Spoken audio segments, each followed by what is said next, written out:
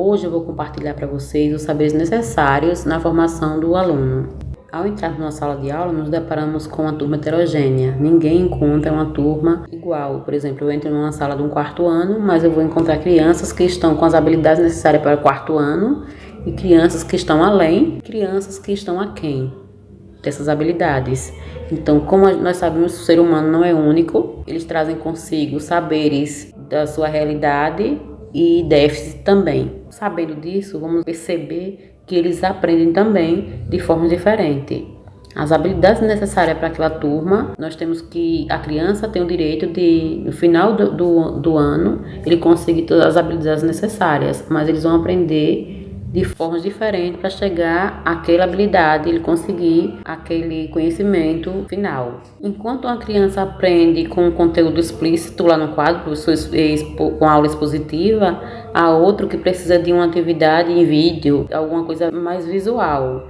E ainda existem aquelas crianças que precisam de muita prática, mesmo com o visual, com a exposição, eles precisam de prática e ligando o que eles estão aprendendo com o seu dia a dia, ou seja, tudo que eles aprendem para poder eles conseguirem assimilar o objeto de conhecimento, as coisas que eles estão aprendendo precisa fazer sentido para eles. Conhecer o aluno em suas várias dimensões, diagnosticar o que o aluno já sabe, o que ele já trouxe consigo, são dos saberes inerentes ao professor. A partir do diagnóstico, das atividades que o professor vai elaborar de acordo com a necessidade do aluno, da maneira como ele aprende, e o professor tem a obrigação, a necessidade de estar sendo avaliando o processo de aprendizagem dessa criança. Temos que incutir na cabeça do nosso aluno que ninguém é igual a ninguém. Tem aquelas crianças que são mais lentas e algumas que já conseguem ir além. Então a gente vai ter que adaptar as atividades diferenciar as atividades de acordo com a necessidade da turma e conscientizar a turma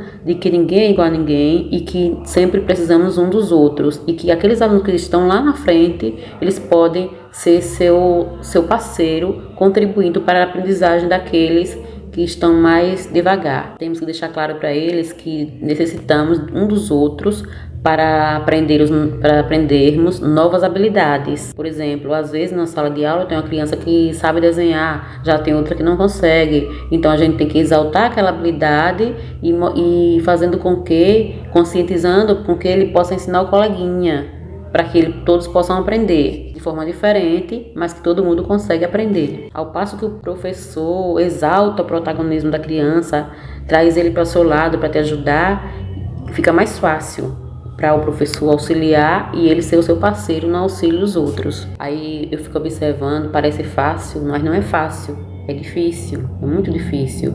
Por que eu digo que isso é difícil? Que o professor em sala de aula, não basta só o professor em sala de aula trabalhar dessa forma. Essa aprendizagem não depende exclusivamente do professor.